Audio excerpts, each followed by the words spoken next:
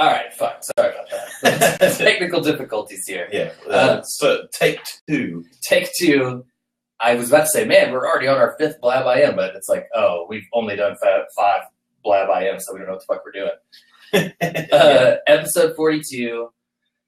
Lots of big news this week. Lots of tragic news. Yeah, not happy news. In fact, looking at this, it's basically just sad talk. It's going to be a sad podcast. Well, we're going to try to weave it into our Stream With Us segment now that we're doing Master of None, episode 2. Yes.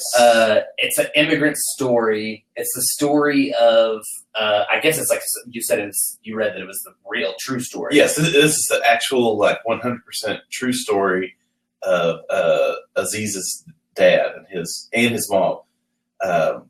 Just kind of their trip to America. Yeah, they're immigrating from India.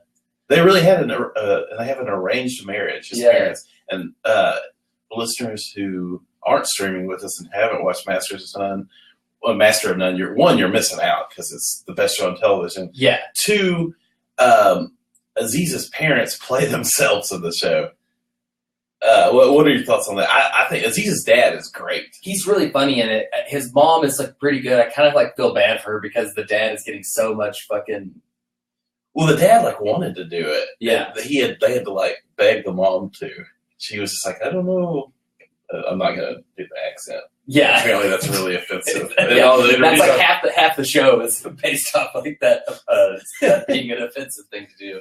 Right. But his story, it just grew up fucking slums of India, just was smart, worked hard. Yeah. His family's just work in this factory. And he's no, I kind of want to go be a doctor. Yeah, he was working in a zipper factory.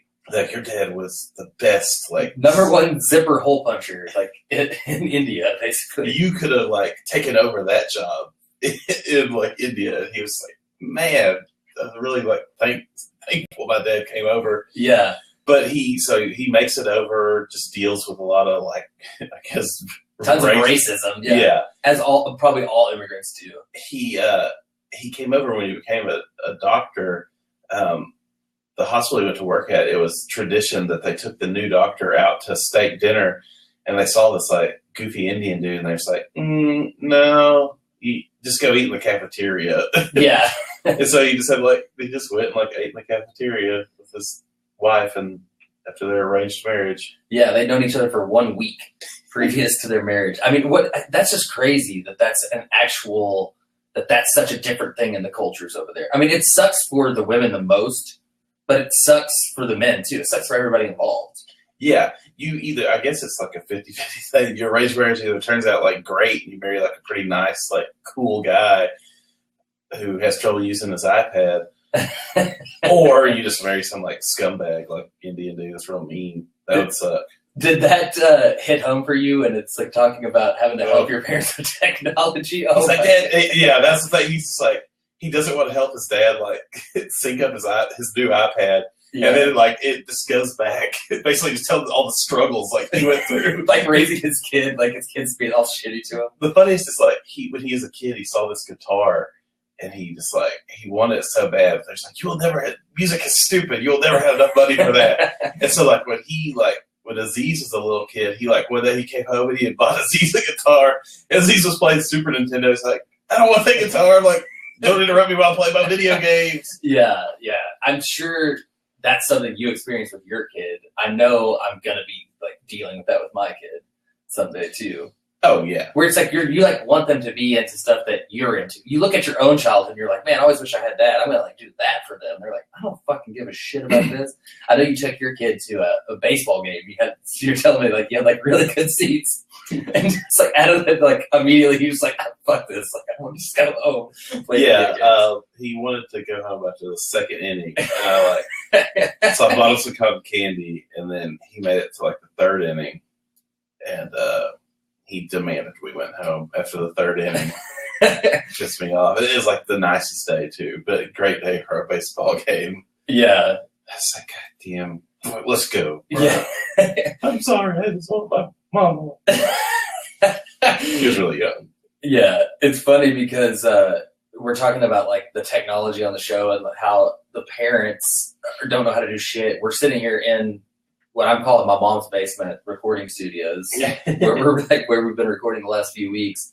And in this very room, it's like a little instrument room for my dad. He tries to like do recordings. He bought a full-on like desktop Mac computer because he saw that I used GarageBand on my thing, and I have tried to show him how to fucking use GarageBand like a million times just to make simple recordings. And this motherfucker like thinks he's Dr. Dre or something. He's like, "Oh, teach me how to do all the EQs and bring it up on this part." He wants like a live-in fucking music producer in the room. And so many times I've had to it's been a similar situation where he's like, "Come over and show me how to use this. Come over." And then he writes it all down. And then I don't know what happens to that paper, because next time I come over, I describe it to him again. He writes it all down. It's like, you're missing the point of the computer. You don't need pen and paper anymore. Google it. Yeah. Oh man, my parents, it's constant. I still have to like hook up their DVD player. They still have Blu-ray is just out of the question. Yeah. I'm saying, oh, whoa. And then I got them on the Roku. They're like really like they're learning about the Roku box. They're kicking ass on that. They actually have like done some stuff I haven't done on it. Yeah, just like playing with it. And I'm just like, just play with it. And they bought a new computer like a year or two ago, and it's already just filled with viruses, so it's just unusable. I think they're going the Mac route next time. Yeah. Probably your dad's like trying to like look at some porn on there or something, right? On a PC. I mean, I think my mom just will download like any game or like click on any link on Facebook. My mom's old PC used to be like that too. It's like every time I'd get on, I'd come into town, so I lived out of town, and it would just be like you would open up the homepage and it wouldn't be Google anymore. It wouldn't like just open up immediately. It would open to some weird fucking search engine thing. It's like, Mom, what the fuck did you download on it? Like, made this your homepage? Like, I don't know. Somebody came over and changed my settings. Like, she's always like, somebody changed my settings. Who changed my settings? Like, nobody changed your fucking settings. No, yeah, I know any computer. My mom will actually click on anything. Yeah, the Facebook is another. It's a real dangerous thing for like parents to be on, because they're reading stuff, they're just clicking on stuff. Yeah. Constant like emails, like where you're just like, you got hacked. Like, what the fuck does that mean? Is that ISIS like hacking us? But there was one time when my mom first learned about what streaming was, which was like last year. Clarissa and my wife and I were visiting in town. We were staying at her house. She was like, "You're not going to believe this. I got this new thing where you can take the movie, put it on a computer screen, take it outside, and then you can like watch it." I was like, "Mom, this is called streaming. It's like you're just watching it off fucking Netflix." She was like, "No, you have to like hook it up to your cable box, take it apart, put it on the computer." I was like, "Fucking Jesus." You're not even like that old. Hey, guess what? You can use Netflix on your phone. So it's like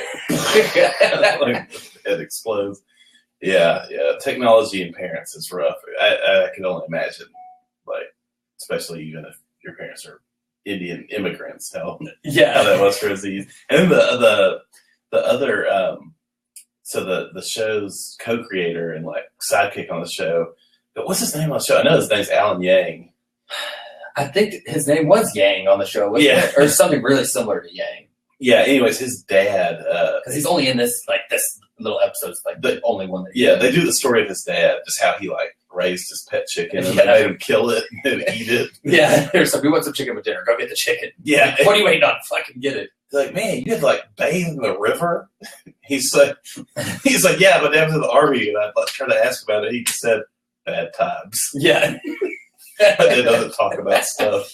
But no, I think that's the best episode. Like, we've admitted that we just couldn't stop and we watched the whole series. Yeah. With but we're still going to do one episode a week.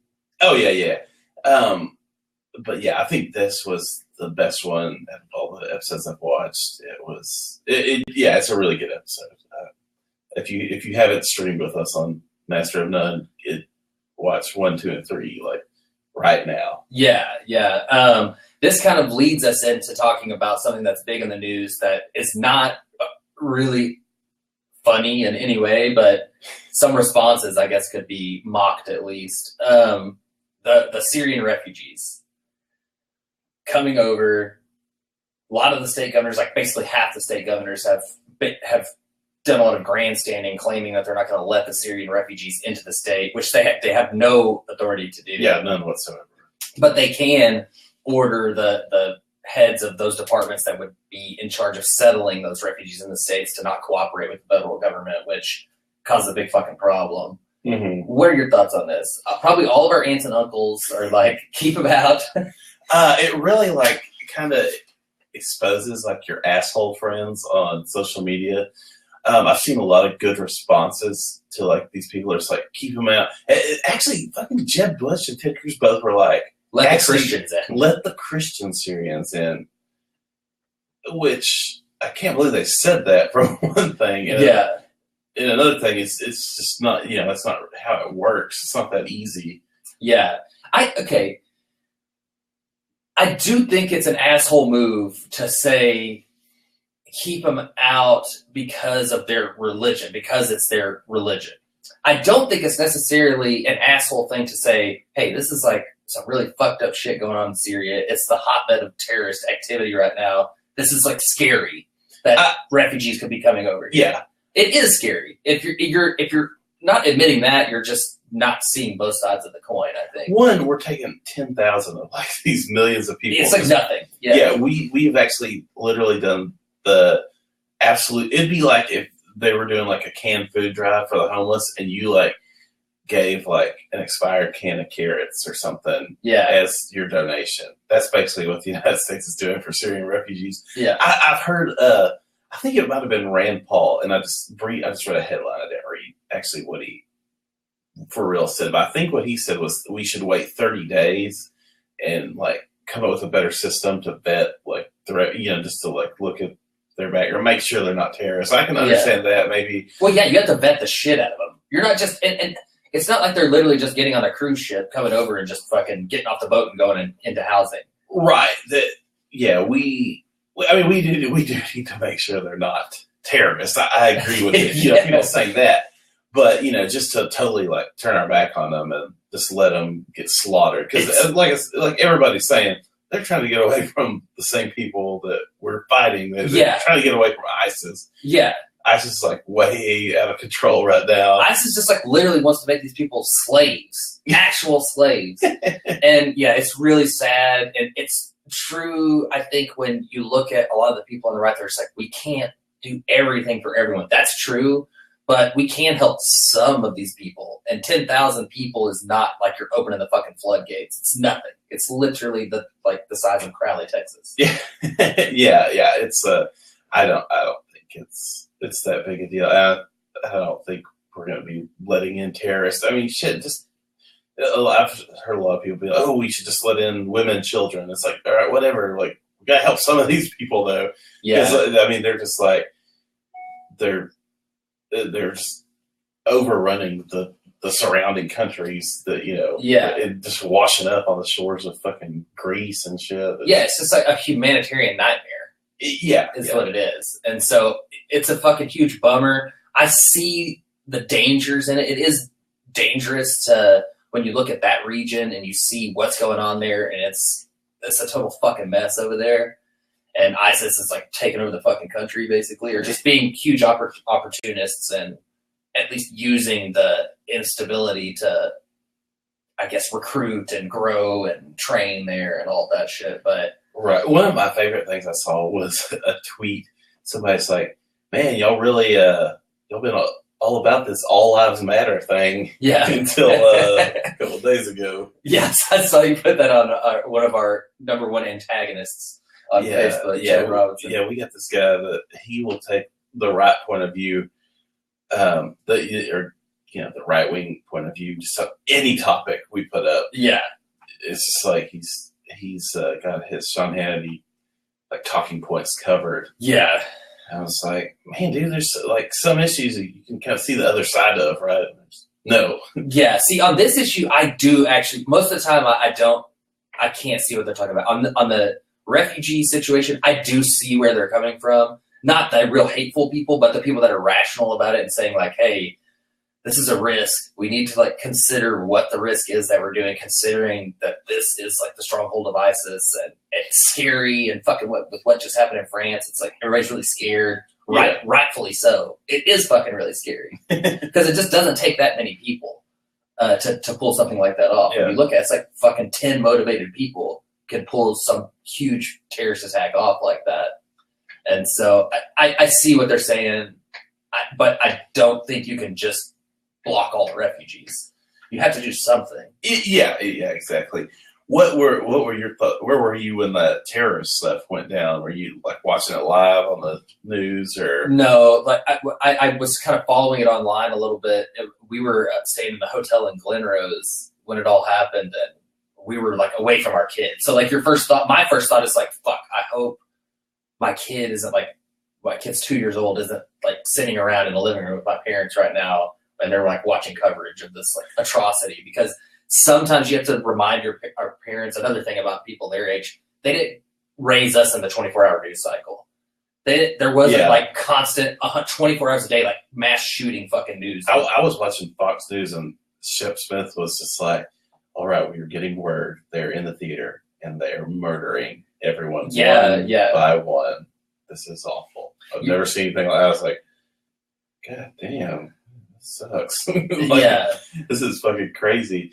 The whole thing of that terrorist attack was like just by chance, like whoever decided not to evacuate that soccer game probably saved 10,000 lives, because they were just those suicide bombers were just waiting at the exits, like when those people came out they're just gonna blow up. And they knew the French president was there, and like that could have been a lot worse, but no, they did not evacuate. Those guys blew up on the outside. Did their thing. Which, being a suicide bomber, that's gonna be a bummer. Like, this, all right, well, this is it. Like strapping on that shit. Yeah, there was a suicide bomb there today or overnight. Did you see that when they busted in and? Oh, did he? It was a female suicide bomber actually. Blew herself up in the apartment that they raided, and that's how like a couple of the people that they were going to capture were killed. At least those were the early reports. I mean, I saw that there was the stand. I never saw what the end of that was. Yeah, I saw like they took 7 into custody and 2 died, and the 2 that died were caused by a female suicide bomber. At least initially, this is all just coming out. So by the time that might be disproven by the time you hear this. Well, I'll be damned. But yeah, shitty fucking situation. It's scary. It's bringing up all new sorts of ideas about like what the fuck are we going to do about ISIS. And I mean, my thing is like we're clearly just gonna like destroy them and kill all of them eventually, and then another way. I mean, it's gonna like Al Qaeda, ISIS. What's the next one gonna be? I don't know, but ISIS. Did you read this? You know, the Atlantic article that like everybody's posting all over Facebook about it's making everyone think they're an expert on ISIS, including myself. Because you read it takes like an hour to fucking read it, and it's about this guy who went and like spoke with all the leaders of ISIS and breaks down exactly how ISIS got started. And it was while members of like the Al Qaeda in Iraq were imprisoned in like the military prisons there. This one guy who's like has like a PhD in like fucking just being a terrorist, basically, was like. Organized it all over there, and that's just like how it happened. And they talk about that, and it got a lot of criticism because it's basically saying this stuff really is what they believe is the exact there's no interpreting the Quran. Basically, it's just like if Christians started reading the Bible and taking it literally and like stoning people in the and then you get into this whole bullshit about they're not real. It's not really a true representation of Christianity or Islam, and it's just it is open to interpretation, but it's like they're taking like the medieval stance where they want to take like Christians as slaves and shit. It's just really fucking crazy shit. Yeah, I mean they're just gonna get the shit drowned out of them. Yeah, but it lays out the map of how they like what they're doing exactly in Iraq. I mean, everybody knows where they are in Syria. That's like why all the major bombing and stuff is going on in Syria, like at their stronghold. But in Iraq, it's like they're just taking over these tiny little villages everywhere. So there's just like you can't just like drone them because they just have like they're enslaving all the people in these fucking villages and stuff. Yeah, it's like they're building a caliphate. Yeah. Then it's like, what's a caliphate? That's like the big deal. It's like they believe that this is like the end of times, and this person has been named the caliphate, and supposedly when a caliphate has been named, like this is what this article is like using as scare tactics. Like all Islamic people have to respect that and like give an oath to that person, or they can't like get into heaven once that happens. And now that that's happened, and it hasn't happened in 100 years or some shit, it's supposed to be like. It's like a slippery slope. Like everyone that's Islamic really has like these secret plans that they're gonna like join this organization. It's a bunch of bullshit, really. Yeah. Well, that's kind of scary, but yeah, it is really scary. Anyway, it's not funny, so let's move on. Another thing, I guess it's not necessarily that funny, is Gilmore Girls. God damn, yeah, we're streaming that. It was episode 14. Yeah, the worst episode so far. They watched Donna Reed and. Fucking Dean, the boyfriend, is just like, he's kind of digging the Donna Reed. She's like, I think it's kind of cool. She's just like cooking for her family. Somehow or another, Rory just starts like, they get a free house where they should just be like banging, but they're cooking like mashed potatoes. Yeah, they decided to dress up like Donna Reed. It's so stupid. I don't even want to like talk about it. The show's kind of dragging. It kind of sucks like that we're streaming it along with Master of None, because Master of None's just like kicking so much ass, and Gilmore Girls. This episode was a real like bummer to watch, just how bad it was. Yeah, I can understand fans the show. There's like we're not streaming with you after making us watch this shit. Yeah, has anyone actually said that to you? No. I got some feedback. The only feedback I've got off. Our friend of the show, Jared White, we did a little texting back and forth. He was watching Master of None. It's like, oh man, I'm losing it over here. It's great. Yeah. And then somehow we started talking about Silver Linings Playbook. I gave my theory on Chris Tucker, how he reminds me of one of our friends. Yeah. We had a good laugh about that. I forgot that Chris Tucker plays like a mentally ill person that like escapes, right? Yeah, I've seen Silver Linings Playbook about 15 times. Really? It's one of like my favorite movies. I don't know why. I really just like Robert De Niro and Jennifer Lawrence. Just where she claimed she was fat in that movie, and really she's just like wearing a midriff the entire time. Yeah, did you see he's doing another David O. Russell movie? Yeah, it's called like some woman's name, like Amy or something, right? I thought it was Joy. Joy, yeah. I assume that's some like single mom that like starts a business and then like just hits it like real big or something. Yeah. It's like, oh, okay. Apparently they like got in a big like screaming match.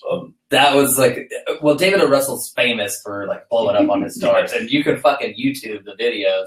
We'll maybe post one after the show if you remember of him blowing up on Lily Tomlin. She's like, you fucking cunt, I'll kill you. Bitch, it's funny because he just like walks out and he comes like through the like prop door and like he's like slamming prop doors. You fucking who is it that's like standing right there? Dustin Hoffman. Yeah, it's just like, why doesn't someone do something? I know George Clooney punched him out on the set of Three Kings. Yeah, and his excuse for he's just like trying to get him into the like scene. It's like method acting. Like he's pumping him up. Yeah, that's what he said about the Jennifer Lawrence fight. Like they're both just like, oh, it was just this, but really he's just a huge crazy dickhead. Really, they're just like, our careers are just going so well together. We'll basically put up with anything at this point. Yeah. I know when Bradley Cooper got cast in Silver Linings Playbook, it blew up like the Mark Wahlberg, David O. Russell relationship, which was like his previous muse, basically, before Jennifer Lawrence, because he had told Mark Wahlberg he was going to star in that movie, and then just all of a sudden he saw that he didn't get cast in it, and Bradley Cooper got fucking cast in it. Which was a great cast. Mark Wahlberg would have ruined that. It's good change. Yeah, I mean, Mark Wahlberg's actually good in one David O. Russell movie, the I Heart Huckabees, the one where he fucking blows up, where David Russell blows up on Lily Tomlin. That's one of my favorite movies. I kind of feel like since that movie, though, every movie's kind of getting shittier that he's making. Was the Three Kings movie before that? Yeah, that was like one of his first ones. That one's the shittiest one. Yeah. That might have been after I Heart Huckabee, so I'm actually not sure what the timeline is on that. I thought in American Hustle was one of the worst movies I've ever fucking seen. Yeah, there was just no good plot. It was just Jennifer Lawrence tits that carried that movie to an Oscar nomination. I've watched the movie probably 2 or 3 times. Solely because of that. Like, if you watch it more than once, it's like, all right, I'll just go look at Jennifer Lawrence because she looks really good in that movie. God, Christian Bale is just disgusting. Oh, fucking Amy Adams looks so good in that movie too. I don't know. No. Fucking your redhead shit. You're like for real a ginger hater. We're gonna get into like some ginger hating like later on, but you. Well, I don't want to say that because I don't want to get called out by Andy Dalton for like shaming like redhead kids. But. Which I'm pretty sure JJ Watt is like one fucking red hair away from being a ginger. He's like so fucking white. Yeah, I don't trust blonde-headed people either. Like naturally blonde-headed people. But yeah, we'll get into that later. But I can't believe that you don't think Amy Adams is attractive in that movie. No, she's not attractive in any movie. She's just a good actress. That's what she's there for. I mean, she's a good actress and she's attractive. It's okay. Like, see, I don't think Jennifer Lawrence is a good actress. No, she's not. She's just like really attractive. That's why she's there. And Amy Adams is there for like the fucking great acting. Yeah. I think it's clear in that movie. Yeah. Just on like whose accent is believable and whose is just annoying. Yeah. But you know. But yeah, so where were we going with that? Gilmore Girls. Yeah, Gilmore Girls. Not even talking about it. Let's talk about something we broke the news on, I think 2 episodes ago. Yeah. We like went ahead and we rolled with the rumors that Charlie Sheen was HIV positive. After we did it and I didn't hear anything for like weeks, I was kind of like, man, we look like idiots. We might like get sued. Unfortunately, we have not properly set up our legal system here to protect us. Yeah. Basically, we just ran with it. We said, hey, look, Charlie Sheen is HIV positive. Yeah. And it turns out we were right. Yeah. Yay. Yeah. So if anybody was listening to the Chance Today show, it decided after that not to sleep with Charlie Sheen. Because apparently that's the problem, that he's just like, that's the rumor, yeah. One of his goddesses, Brie Olson, was on the Howard Stern show, and she's just like, he only uses lambskin condoms, which don't like protect against STDs. Which I don't even know if that's true or not. That's crazy. If that's true, why the fuck do they even make them? I guess just to avoid pregnancy. Yeah, but there's easier ways to avoid pregnancy than using a condom, first off. If you're using a condom just to avoid pregnancy, you're doing it wrong. Condoms are only for protection for STDs. Yeah. So, okay, we were talking, did you watch the Matt Lauer interview? Charlie Sheen, he announced it on the Today Show, basically just because everybody knew and he was tired of being blackmailed. They were saying that there was like a big National Enquirer story coming out like next week, and he was just decided he had to get out in front of it. Yeah. That's a rumor. Yeah, that's what I'd heard too. That just they basically tracked down all the people that he's paying off.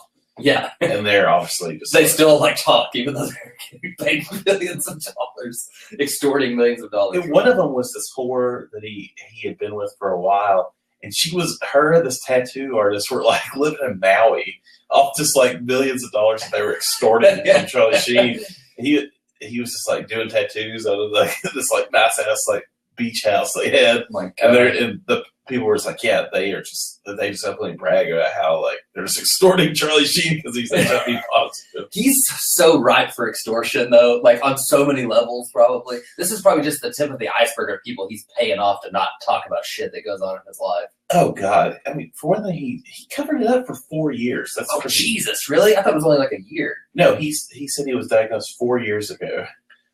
I saw that he's like claiming the Magic Johnson route, that like there's no trace, they can't actually detect any of the HIV in his system now because of the cocktail and shit that he's been on for, I guess, 4 years. Yeah, they have his doctor with him, but it's kind of like the Michael Jackson doctor. Yeah, that's what I think. All celebrity doctors, that's what I imagine. They're just drug dealers, basically. I mean, Charlie Sheen has just from 2.5 Men alone, he made like $100 million. Yeah. So if he is in any way like invested any of that money, he probably still has like $100 million. It's hard to like, if you have that much money, it's hard to lose it all. Yeah, and you don't even have to invest it as long as you just like put it somewhere in a bank. As long as it's not under a mattress, like in your fucking room. I mean, I'm sure he's blowing just a ton of it and paying Denise Richards like so much of it. I think she was like one of the ones too, like, hey, quit like paying these whores to not like talk about your HIV. This like money your kids could be having. Yeah, it's her situation. I actually feel really bad for her. She seems like she's like actually a really good person. Well. Let's tap the brakes there. She wants to help him. She's at least a good influence in his life. She hasn't told people he has HIV, so she's also like established interventions and still lets him see his kid. She doesn't have to do any of that shit. She easily could have gotten a court order where he's never allowed to be around his kids ever again. I don't think he has to go through her. I know that. I was reading about it. Okay, yes. We live in the United States. You can't allow someone that's that openly crazy just around kids. That Brooke Muller chick that he has the twins with, I think Denise Richards actually raising those kids. Yeah. She got custody of those kids at some point. Because that chick, just lost it. She was like a normal, real estate agent. Yeah. She got Charlie Sheen. And it was funny because that Brie Olson, she was like, yeah, we had, threesomes with her and, threesomes with these other girls. And, he's just fucking just spreading around the fucking HIV, like he's just being so reckless with it. Jesus. Oh, so I didn't even think about this angle on it though. So if he uses lambskin condoms, that's how he probably got infected with the. I don't think he was using condoms before. Oh, this is it's just a new development since he got. Yeah, that was his way to justify all the banging, but I mean, I guess if you just strictly use prostitutes, a major STD will probably come your way. It's just kind of a known thing. I mean, you can't just always use prostitutes and not expect anything like that to happen. Yes, that's just one of the many bad things that can happen when you're using prostitutes. That's number one. Every bad thing that'll happen from using a prostitute has happened to him, extortion, HIV, meth addiction. Yeah, meth addiction. Extortion, number one, yeah. Those three are basically the three things that could happen to you if you use a prostitute. Yeah. The only thing that hasn't happened to him is that he would get arrested. And that would be the least of his worries, get a misdemeanor prostitution charge. It'd probably be good for his career. Well, think about how many times how much money he probably paid out before he just came out openly as a user of prostitutes. Because at some point he was using so many prostitutes, he had to just come out and go, okay, I just use prostitutes all the time. I'm just living with trying to be the Hugh Hefner of meth whores, basically. Yeah. So yeah. He probably paid out a good $5 million to prostitutes before he just decided I can't just pay off every prostitute. It's impossible. He's too many. That's probably why he is moving in the porn stars. Because he's all right, I'll just have one or two to pay off. How do you think it's going to end for him? Do you think he's going to end up murdering somebody? Suicide. This isn't the end of Revelations for him. There's probably still some other extortion scandal in the future of something that he'll do. Oh God, I'm sure he's just there's probably just crazy weird sex stories. He's probably killed a prostitute. Yeah. What? Because underage fucking shit, kiddie porn, all that stuff's on the horizon for sure. Yeah, definitely. Brie Olson was talking about how he was constantly talking about how he's going to kill Denise Richards. Really? Yeah. Jesus. That's not good. That's not good in any future custody hearings either. Just all right, this was on the Howard Stern show. Yeah, it's bad when you call in as a bad character witness against you is a porn star. Brie Olson is more credible than you are. So she's not doing porn anymore. She's back in Ohio living with her family. The story of every 30-year-old porn star. Yeah. And then eventually she'll go back and do MILF porn. Yeah. She'll be on the Bang Bus or MILF Hunter. Bang Bus. Oh my God. Oh, Jesus Christ. Yeah. Something else I forgot to bring up during Stream With Us. Did you watch any of the new Mr. Show with Bob and Dave that just came out on Netflix that got no promotion? I didn't even know about it. I saw you and Fat Mike talking about it on Facebook, and it can be watched in an hour. It's only 4 episodes. Okay. And then there's an hour-long documentary episode about how it's in the writer's room. That's actually the best part of the whole fucking thing. Yeah, I'll check that out. It has got no promotion whatsoever. Even Netflix isn't promoting it. When you look on what's trending now, normally Netflix puts all their own shit in there. It's that shitty fucking show with Coach from and Linda Cardellini, where they're like living in the fucking Florida bayou. No, is that so horrible? No, I don't know. I'm sure that was only like one season. There's no way that got picked up for a second season. What was that called? Somebody, like, the whole show's based around somebody gets murdered on like a yacht and with their brother. It's like they're living in the bayou. It's Kyle Chandler from fucking Friday Night Lights and every secondary role in every Ben Affleck movie. Linda Cardellini. Yes, Sarah Marshall. Yeah. Real Sarah Marshall. It turns out, okay, I want to get into that in a second. But yeah, and they're just like living on some bayou. I tried to watch it. It fucking sucked. It's like a mystery. Yeah, it's horrible. Don't watch it. Yeah. Forget we talked about it. Just wipe it from your memory. Do you know how they decided to choose that show? Like how they did all those Netflix originals, though? No, fuck, that was Amazon. Never mind. Amazon is trying to like come out with their own original content. It's supposed to be good, from what I heard. The religious show. What's that one? There's one that has to do with like Christianity in some way. That's supposed to be like good. I don't know, but all I know is that the way they did it is they just let all these people that had written a pilot like film it, then they put it on Amazon, and then they just let the viewers decide like which one was the best, and then they pick that one up. So I guess I didn't watch that one. I watched the one with Michael Imperioli, where he was the star. Him is basically like wait, who's Michael? Is that from The Sopranos? Christopher Moltisanti. Oh yeah. No. Unless he's doing Christopher, I don't want to watch that shit. And that's like, I heard him on an interview, like, right after they filmed that pilot on WTF. He's like, my career's fucked. Like, I have no choice. So it's like, dude, this is like shitty, like, Amazon pilots. He's like trying to, like, be a painter, like, in New Yorkers, like a serious artist now. But anyway, that's how they did. They, like, decided on what was their original content was going to be. So they probably ended up with, like, how we ended up with Gilmore Girls, because we put that to the listeners. Yeah. They ended up with, like, some shitty fucking show about Christianity. Well, I'll be damned. Anyway, so you don't got anything to add on Linda Cardellini or yeah, Linda Cracolini. Little pubes there. It turns out that the scene in Forgetting Sarah Marshall. I got to gather my thoughts on what the fuck I'm talking about. The scene in Forgetting Sarah Marshall where he gets dumped when he's naked is actually not based on Linda Cardellini. Really?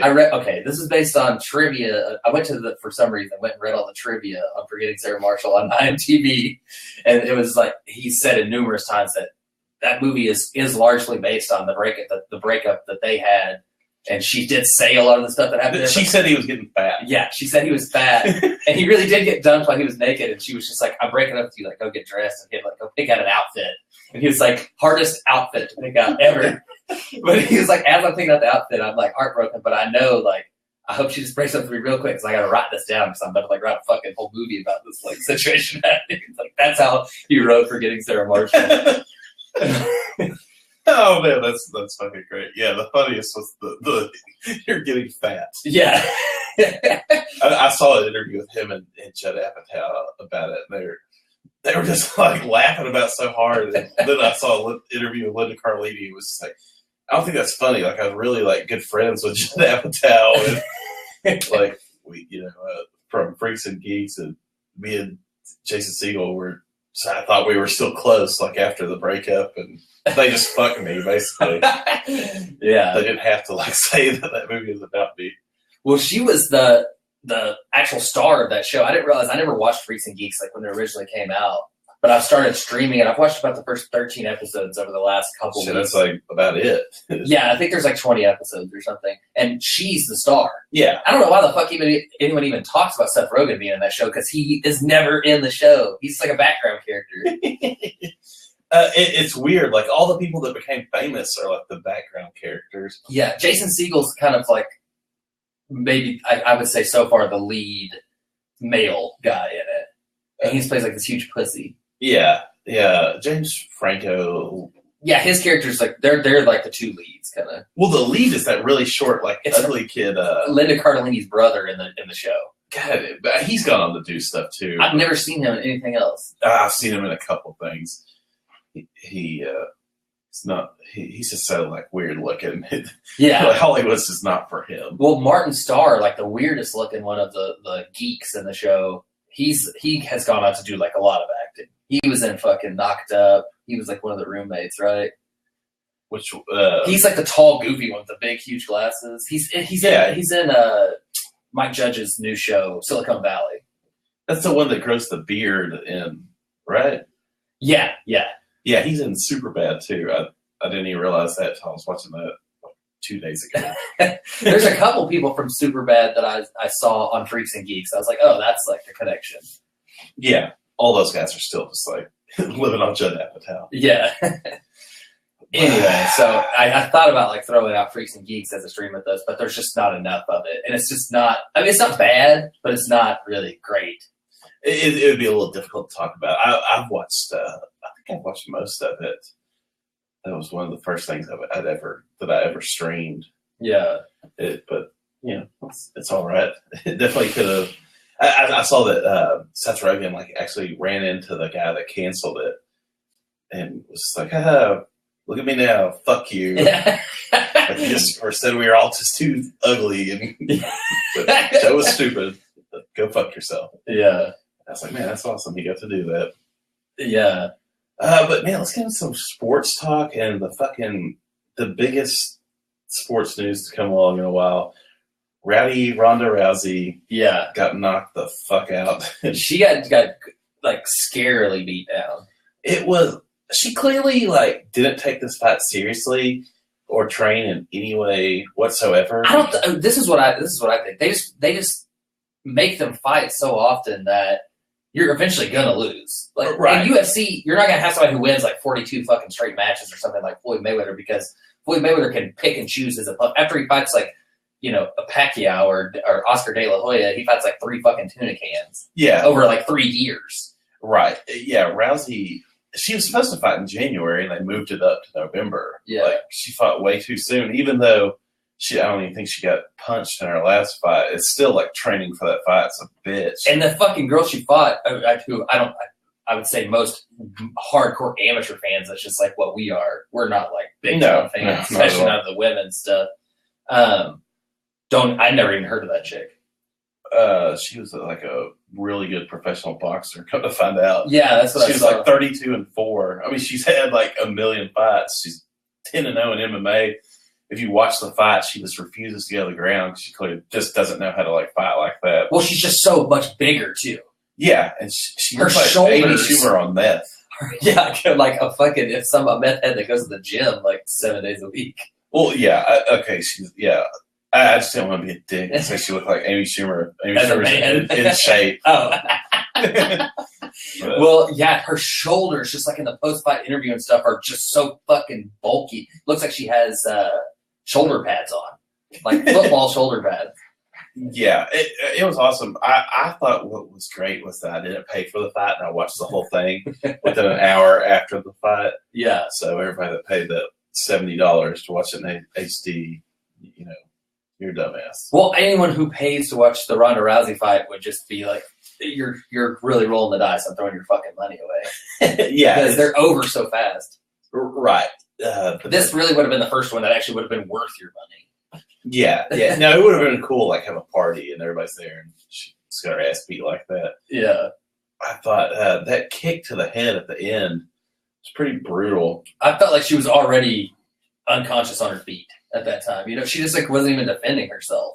It's like, what the fuck do you think is going to happen? You see that chick pulled that move that you pulled in that in your high school fight, where Rousey was out. She just gave the old boom, boom, boom, the like hammer punches to the nose.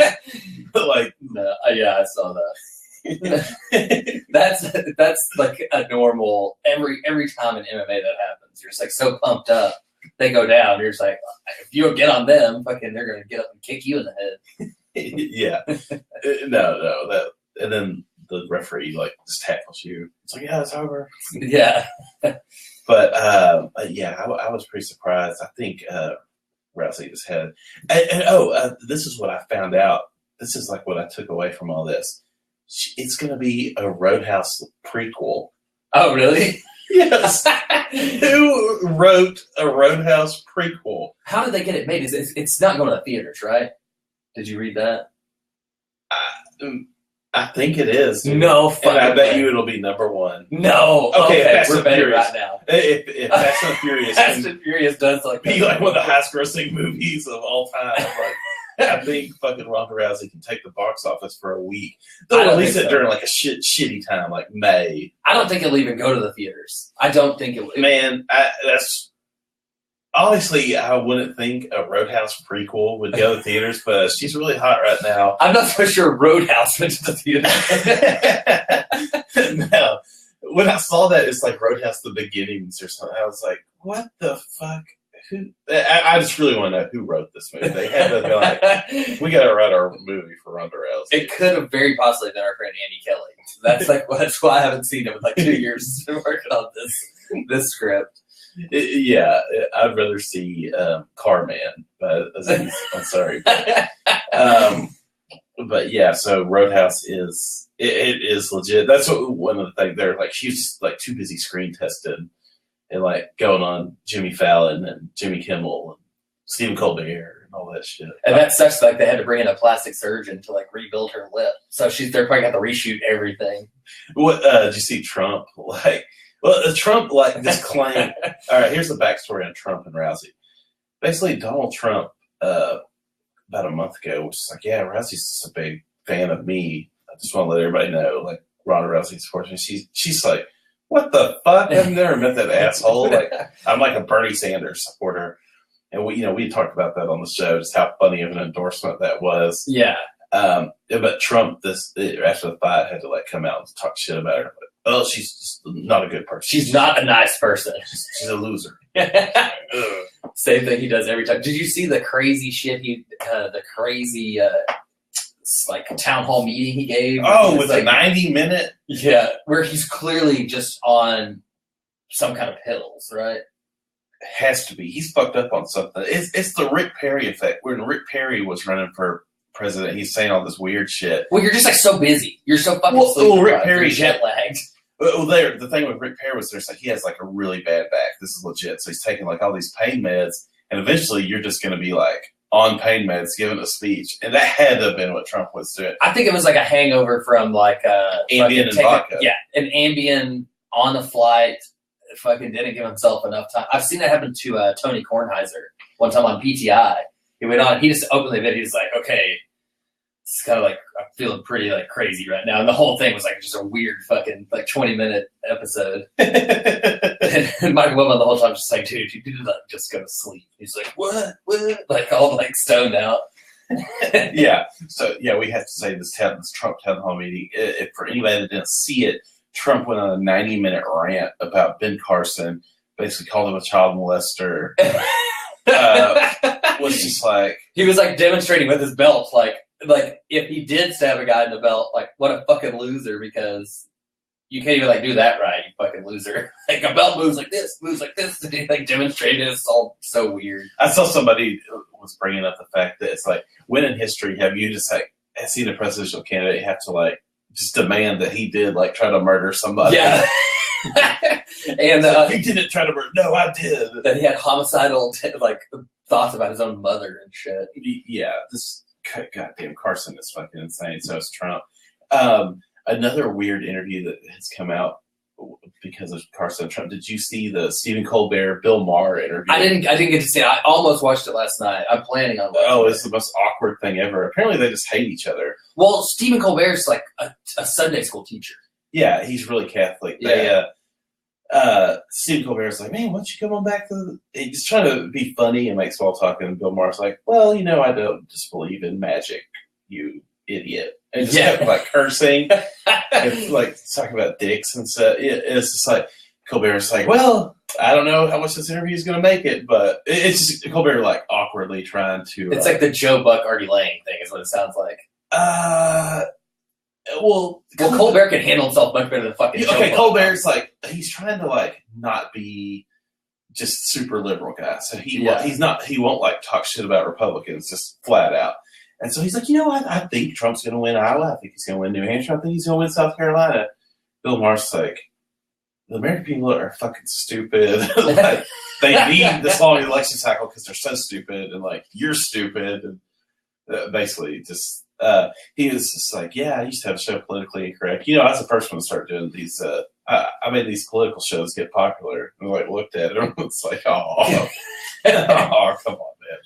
But yeah, that was a weird interview. Kind of, it was like right when they brought up Trump. That's when it started getting awkward. Yeah, that's kind of sad that Bill Maher's like such an asshole.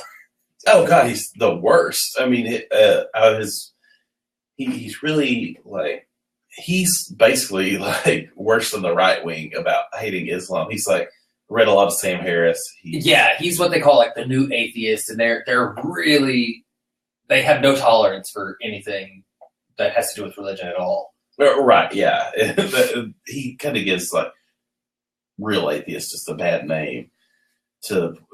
He's a militant atheist. It's not even that. Yeah. He's just a dick about it. It's like, man, fucking show people just a little respect, or just like be funny about it. It's okay to like mock religion. Religion's very mockable. It's like a lot of it's like really fucking stupid, and especially the extremists. But you are also an extremist. Just like understand, not everyone's gonna think and come to the exact same conclusions as you. There's room for different ideologies. There's just not room for the extremism. Right? Yeah. Exactly. But yeah, his show after the parrot, because his show like went on like right basically as that shit was going down, and he had Quentin Tarantino was on that. No, that Quentin Tarantino was on the week before, which that was pretty good. I didn't even get to see that. I can't watch that show because of him. And it's embarrassing when like celebrities come on there. It makes me feel embarrassed for the celebrities when they. You're like weird about like when people are saying stupid stuff. It makes you feel like awkward or gives you anxiety. It gives me anxiety for them. Yeah, I'm just like, oh, that sucks for them. It does me a little bit, so I could just imagine like how you feel because that's how I am too. I was like, can you imagine how it was in law school where it's like they're making everyone like make asses out of themselves in front of everybody the whole time? The whole time you're just like, oh, like I just can't like listen to anyone talking there. Speaking of HBO, I did see the greatest thing ever. It's called The Latin Explosion. It was this little documentary on the history of Latin music. Yeah. Fucking great. John Leguizamo did it. Oh, really? One of the best documentaries I've ever seen. That's another extortion situation, I think, is John Leguizamo with HBO. For some reason, he has everything he does, like HBO backs him up. Makes no sense. All his like shitty one-man shows and comedy fucking shit's all on HBO. I saw that he's boycotting Saturday Night Live for having Trump on. Because of Trump?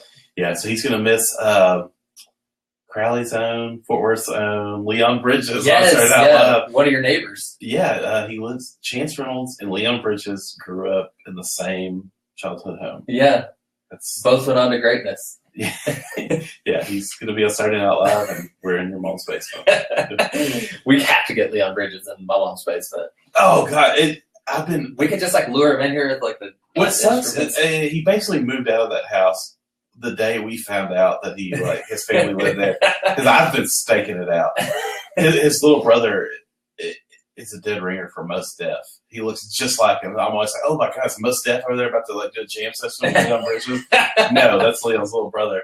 But yeah, so I've been staking out his house. You told me like you're like doing a lot of walking around the block now. It's like your exercise has picked up like double since you. Anytime I was like, hey, you want to go for a walk? I'm like, yeah, let's walk down walk over there. It's like, no, like, yes, I have to walk by that house. Like, I'm gonna catch him, and I'm gonna get a selfie with him.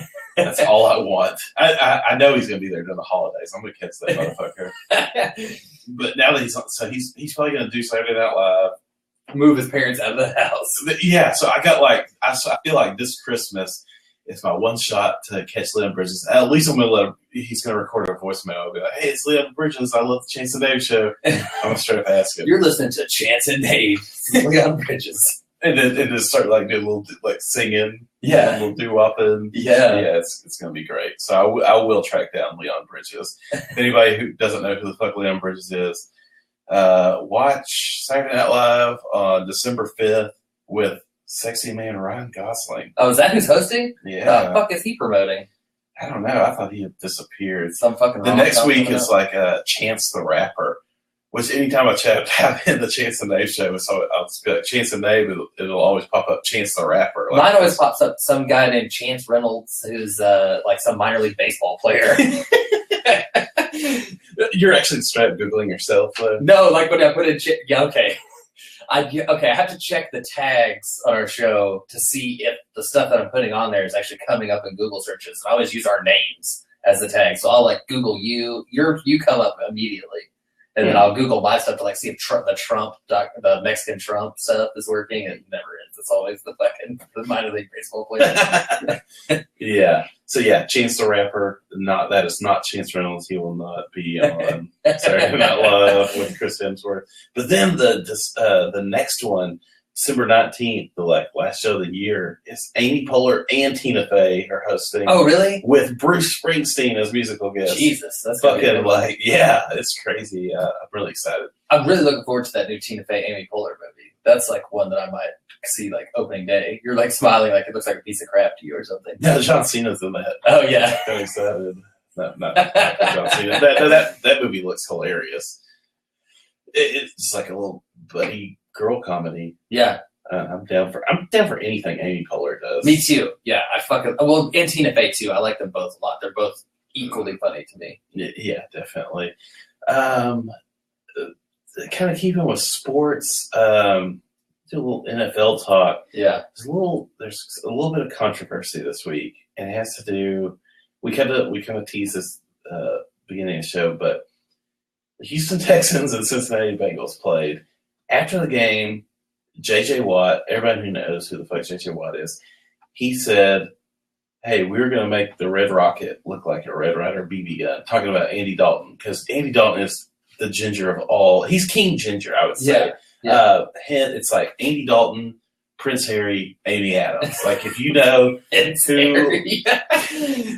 redhead, if you know redheads, that's going to be the top three you're going to think of. That's going to come to your mind. Maybe like Lindsay Lohan or something. No, she doesn't count. I'm talking about natural, like redheads. Yeah, I mean, Andy Dalton is like straight up has red hair. Yeah, it's the reddest hair I've ever seen. He has a big red pompadour. Yeah, yeah, he does. He's like a kind of ginger hipster. Yeah, a little bit. Kind of like got the greaser look going. I actually like at one point I didn't know why they were called gingers, and then I found out that it's because of Ginger from Gilligan's Island. Oh, really? Yeah, that's how. I didn't know that. She had red hair, so they called redhead people gingers. Oh, so it's like relatively new. I thought it was more like of a hateful term because I had seen a few articles about people being like, "Hey, it's like calling us gingers, just like saying the N word." Yeah, and I was like, okay, let me. Jesus. I want to like. Because I use ginger a lot, and I looked it up. I was like, I feel comfortable using this still. It's like you're still white, so it doesn't count. Like you can't. You're still. It's like maybe it sucks to be a ginger, but maybe it doesn't suck. I don't know. What if you're Andy a ginger doing African American? I don't think you could be a ginger African American. You would be albino. Albino, yeah. I don't know that one dude. I'm a classic man. Have you ever heard that song? No. I'm a classic man. No. No. Okay. Well, I'm not going to get into that. I'm sure the listeners know. I'm sure they would still be preferred to call, even if you are a black ginger, I'm sure you prefer to be called a ginger rather than the N-word. Oh, no. I'm not saying that. Whoa. Tap the brakes. No. I'm just saying. Okay, yeah. Anyway, so Andy Dalton came out. So I saw Andy Dalton's statement on it before I saw what J.J. Watt said. Yeah. I saw Andy Dalton responding to it where he's like, well, it just shows you that's what he's all about. Like kids are out there watching this. They see that he's out here saying this stuff. They think it's okay. I was like, damn, what the fuck did J.J. Watt say? Yeah, I thought maybe he did say the N-word or something. And then it turns out he just called him a Red Ryder BB gun. That's it. The fuck kind of a stupidest insult, first off. He wrote that down to J.J. Watt. He probably had some comedy writers come in.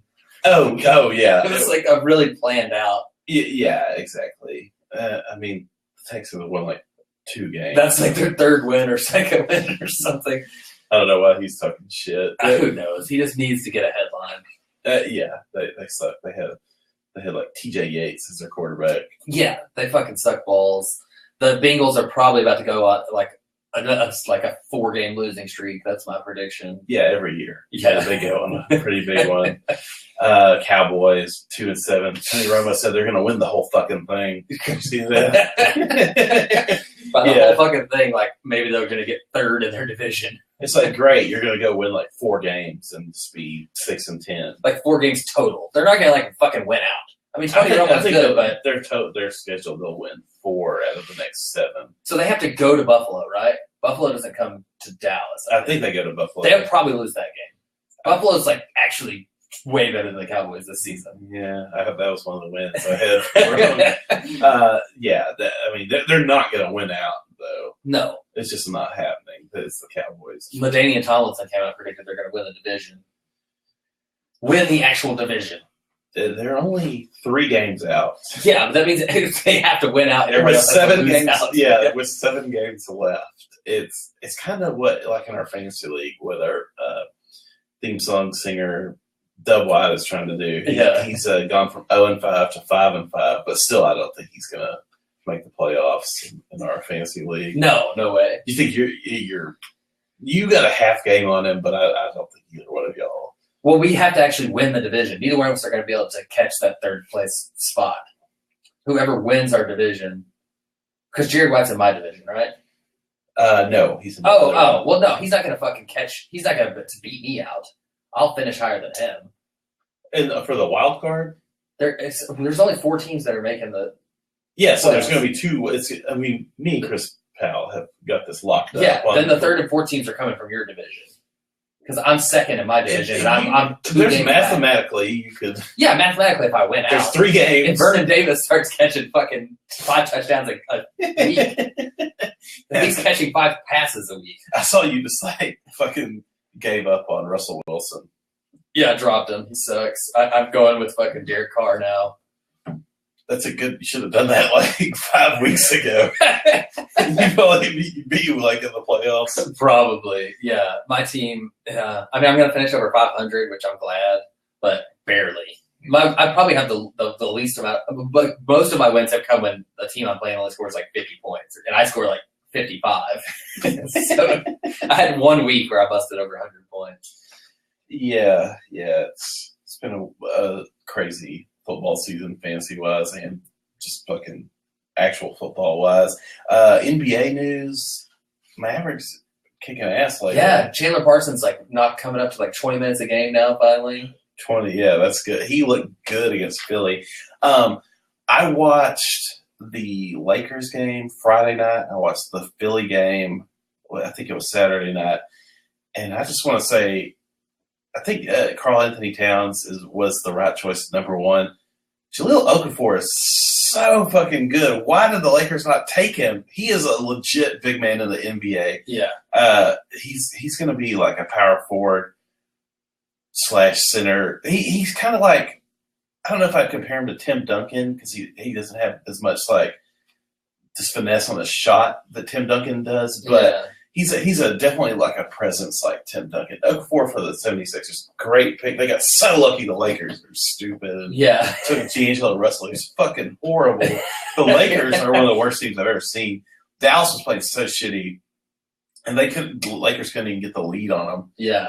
They have Throw Artest out there, or I'm sorry, Meta World Peace, Swaggy P, Nick Young, Dirk fucking you see him fake out Kobe? Yeah. That had to be embarrassing for Kobe. I saw Kobe was saying, like, just playing against Dirk, like, this last couple of times, Dirk's game so much. They loved each other. It almost happened that Kobe could have came to the Mavericks. I would love that to happen, even though it turned out he was just trying to, like, force the Lakers' hand to, like, be like, no, you're going to trade Shaq. They're all right, we will.